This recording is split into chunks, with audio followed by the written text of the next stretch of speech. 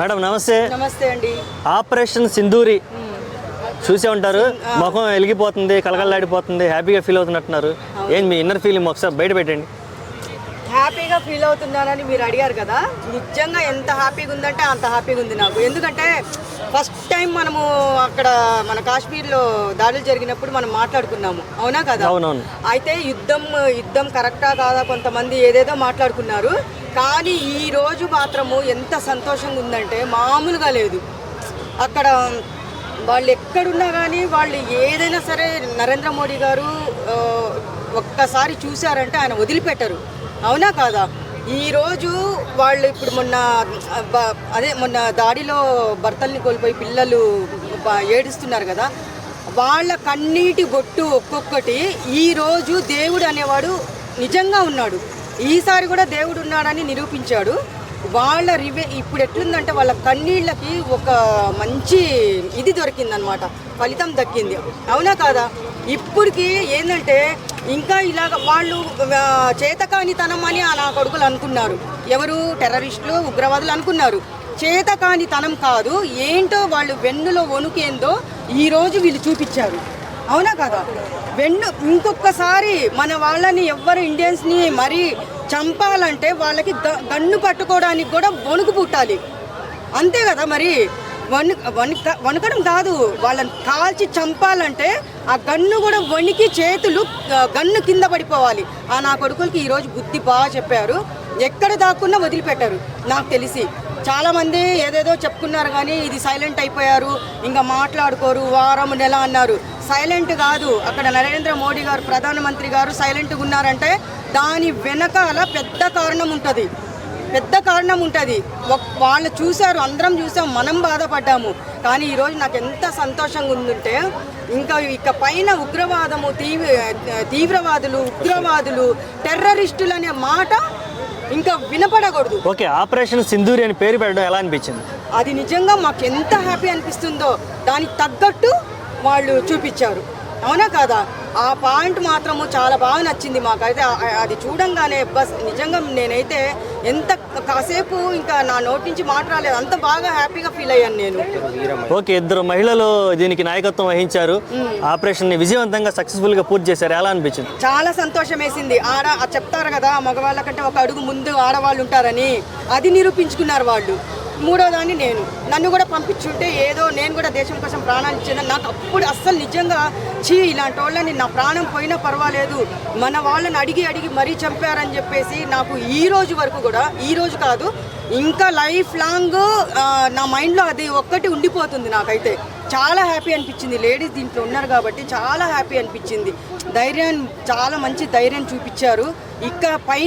ఇక నుంచి ఈ టెర్రరిజం అనేది, ఉగ్రవాదం అనేది మన వాళ్ళని చూస్తే పారిపోయేలాగా ఇప్పుడు నరేంద్ర మోడీ గారు కూడా స్టెప్ తీసుకుంటారు, తీసుకుంటూనే ఉంటారు. నేను దీని గురించి అయితే ఇంతవరకు చెప్పగలను. డ్రెస్ ఏంది మేడం ఇలా సపరేట్ గా వేసుకొచ్చారు? ఇండియన్ ఆర్మీకి సపోర్ట్ చేస్తున్నారా? వేసుకొని వచ్చాను. కాశ్మీర్ దాడులు జరిగినప్పుడు మొన్న కూడా వేసుకొని వచ్చాను, మీరు రాలేదు ఆ రోజు. కానీ మీకు ఇంకో పాయింట్ తెలియదు, మా మామయ్యలు ఒక ఆయన పోలీస్ ఆఫీసర్, ఇంకొక ఆయన ఇండియన్ ఆర్మీ నంద్యాలలో, వాళ్ళు కూడా దేశం కోసం ప్రాణాలు అర్పించారు. ఆ మేనకోడల్ని కాబట్టి నాకు కూడా ఆ బుద్ధులు ఉంటాయి, ఆ ధైర్యం ఉంటుంది మాట్లాడడానికి. ఎందుకంటే నాకు ఈ డ్రెస్ వేసుకుంటే, ఒంటి మీద ఈ డ్రెస్ వేసుకుంటే ధైర్యం అనేది వస్తుంది. ఎవ్వరికి భయపడాల్సిన అవసరం లేదు, దీనికి అంత పవర్ ఉంది. ఇండియన్ ఆర్మీ అంటేనే పవర్, అవునా కాదా? వాళ్ళు ఈరోజు అక్కడ బార్డర్లో మన కాపలా కాసి వాళ్ళు అంత భార్య పిల్లల్ని వదిలేసి మన కోసం పోరాడుతున్నారు. అలాంటిది ఈరోజు మనం కడుపు నిండా తిని హ్యాపీగా నిద్రపోతున్నామంటే ఇండియన్ ఆర్మీనే కారణము. ఈరోజు వాళ్ళ సత్తా ఏందో చూపించారు, అంత నిరూపించుకున్నారు. నాకు చాలా హ్యాపీగా ఉంది ఈరోజు. నమస్తే అన్న. ఆపరేషన్ సింధూరి సూపర్ సక్సెస్ అయింది, ఎలా అనిపిస్తుంది? నిజంగా అన్న, ఎక్కడైతే సింధు నది పవిత్రంగా వెళ్తుందో కాశ్మీర్లో, ఎక్కడైతే సింధూరు కోల్పోయారో చాలామంది ఆడపిల్లలు, అటువంటి ఆడపిల్లల కోసం ఒక ఆపరేషన్ సింధూర్ అంటే వాళ్ళకి హస్బెండ్స్ని తెచ్చివ్వలేము, కానీ దానికి అంతటా వాళ్ళకి ఆనందాన్ని చేకూరుతూ వాళ్ళ ఆత్మని శాంతి చేకూరుతూ మోడీ గారు చేసిన ఈ ఆపరేషన్ హ్యాట్స్ ఆఫ్ టు ప్రతి ఇండియన్ గర్వంగా చెప్పుకునే విధంగా ఉందండి. అది కాకుండా అమ్మాయిలు ఇండియాలో ఎక్కడైతే లేడీస్ అంటే అమ్మాయిల్ని గౌరవిస్తారో, అమ్మాయిల్ని పూజిస్తారో ఆ దేశం 100% హ్యాపీగా ఉండబోతుందని ఉద్దేశంతోనే ఈరోజు ఇద్దరు జవాన్లు లేడీస్ వాళ్ళ నేతృత్వంలో ఈ ఆపరేషన్ చేయడం జరిగింది. ఇంకా చాలా హ్యాట్స్ ఆఫ్ మోడీ గారు. ఎందుకంటే అమ్మాయిల్ని ప్రతి దేశం ఆపోజిట్ పాకిస్తాన్లోనే అమ్మాయిలను చాలా కింద విధంగా చూస్తారు, దేనికి పనికిరారు. అలాంటి అమ్మాయిల్ని ఈరోజు ఒక పాకిస్తాన్ కంట్రీకి అటువంటి పెద్ద ఆపరేషన్లో వాళ్ళు కమాండ్ చేయడం అనేది నిజంగా రియల్ టు హ్యాట్స్ ఆఫ్. అమ్మాయిల పవర్ ఏంటో, ఎందుకంటే ఒక రుద్రమ్మదేవి గారు, ఒక ఝాన్సీ లక్ష్మీబాయి గారు మళ్ళీ పుట్టినట్టు ఒక సృష్టించడం జరిగింది మోడీ గారు. ఇక్కడ ఉన్న తెలంగాణ, ఆంధ్ర రాష్ట్రాల్లోని అమ్మాయిలకు కూడా ఈ ఆపరేషన్ అనేది ఒక ధైర్యం. ఎందుకంటే మీరు గత సంవత్సరాలుగా అత్యాచారాలు ఎక్కువ ఈ రాష్ట్రాల్లో జరిగాయి, కానీ ఈ ఆపరేషన్తో అమ్మాయిల పవర్ ఏంటో ఇప్పుడు పాకిస్తాన్ టచ్ చేయాలన్నా భయపడే విధంగా చేశారు ఆ ఇద్దరు అమ్మాయిలు వాళ్ళ టీం. అలాగే ఇక్కడ ప్రతి మగాడు ఆడపిల్లని టచ్ చేయాలన్నా భయపడే విధంగా ఇక్కడ అమ్మాయిలు కూడా తయారవుతారు ఫ్యూచర్లో అనేది ఒక సింబాలిక్ అనేది నా అభిప్రాయం. ఎందుకంటే ఆడ మగ సమానంగా ఇండియాలో ఉన్నారు. మీరు ఎవరిని టచ్ చేసినా ఆడవాళ్ళు కూడా నెక్స్ట్ జనరేషన్ లేడీస్ కూడా స్ట్రాంగ్గా ఉన్నారు. పాకిస్తాన్ ఇప్పుడు వాళ్ళు ఒకవేళ ఈ యుద్ధంతో వాళ్ళ యుద్ధం ప్రకటించే సిచ్యువేషన్ అయితే లేదు. రక్షణ శాఖ మంత్రి దిగి వచ్చాడు, ఇంకా అంత సిచ్యువేషన్ లేదు. ఒకవేళ చేసేయాలనుకుంటే మేబీ ఒక 1 month కానీ ఒక 15 daysలో పాకిస్తానే నామరూపం లేకుండా చేస్తారు ఇండియా అనేది నా అభిప్రాయం. అన్న ఇప్పుడు ఇంత జరిగాక కూడా మళ్ళీ మోడీ గారికి వార్నింగ్ ఇవ్వడం ఎలా చూడాలి? అది వాళ్ళ అమాయకత్వమే. ఎందుకంటే తినడానికి తిండి లేదు అక్కడ, పాపం చిన్నపిల్లలు కూడా అక్కడ. ఎందుకంటే ఎవరైనా మానవత్వమే. అక్కడ చాలామంది అల్లాడుతున్నారు. అటువంటి ద్రవ్యోల్బణమే లేని దేశంలో వాళ్ళు ఐక్యరాజ్యసమితితో కానీ ఎవరితో కానీ సపోర్ట్కి వెళ్ళాలి. కానీ ఈ టైంలో ఇండియా మీద దాడి చేయడం అనేది నిజంగా చాలా 100% మైనస్ పాకిస్తాన్కి. ఇలాగే వాళ్ళు ఎక్కువ అతి మాట్లాడుతుంటే ఇప్పుడు ఆల్రెడీ ఈ ఒక్క 1 dayలోనే ఎన్నో పాకిస్తాన్ స్థావరాలు కోల్పోయి ఒక మెయిన్ లీడర్ కూడా చనిపోయాడంట.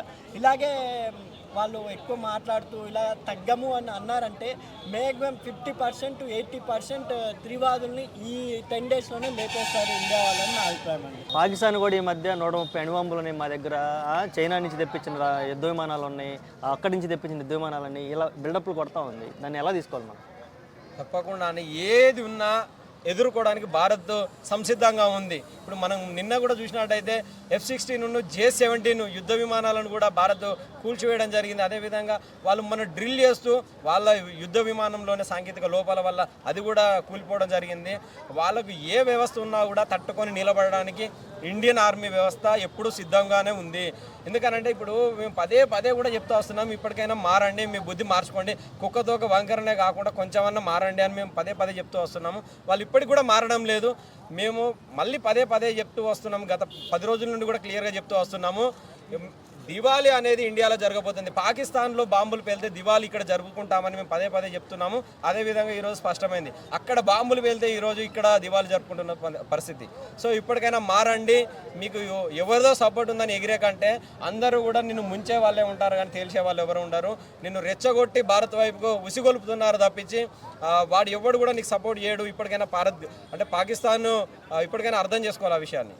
అమెరికా దగ్గర మొరబెట్టకుంది, మా మీద యుద్ధం చేశారు అని మూసుకోని అన్నది. దాన్ని ఎట్లా చూస్తారు? క్లియర్గా ట్రంప్ గారు చెప్పడం జరిగింది, ఒక వాటర్ బాటిల్ని పట్టుకొని మీకు తాగడానికి నీళ్లు లేని పరిస్థితి, అది భారత్ ఇవ్వాల్సిన పరిస్థితి. లాస్ట్గా అయితే మీకు గుద్ద కడుక్కోనికి నీళ్లు కూడా భారత్ ఇస్తేనే మీరు బతకాల్సిన పరిస్థితి అని స్పష్టంగా తెలియజేస్తున్నారు. అయినా కూడా బుద్ధి మార్చుకోకుంటే అది దానికి ఎవరు ఏం చేయలేరంటే దాని పూర్తి బాధ్యత ఆర్మీ లేదంటే ఆ గవర్నమెంటే భరించాలి, పాక్ గవర్నమెంట్. ఎందుకంటే ఇక్కడ నుండి ఏదైతే మైదా పిండి కానీ ఏది కానీ ఇక్కడ నుండి పంపితే తిని బతికే వాళ్ళు ఇంత మేకపోతు గంభీర్యాన్ని ప్రదర్శించాల్సిన అవసరమే లేదు. ఇప్పటికైనా మారండి. మీ ప్రజలను కాపాడుకోవాలంటే మీరు తప్పకుండా నరేంద్ర మోడీ గారిని శరణు వేడండి, లేదంటే మీ అందరికీ మరణం తప్పదు. ఓకే అన్న, థ్యాంక్ యూ సో మచ్.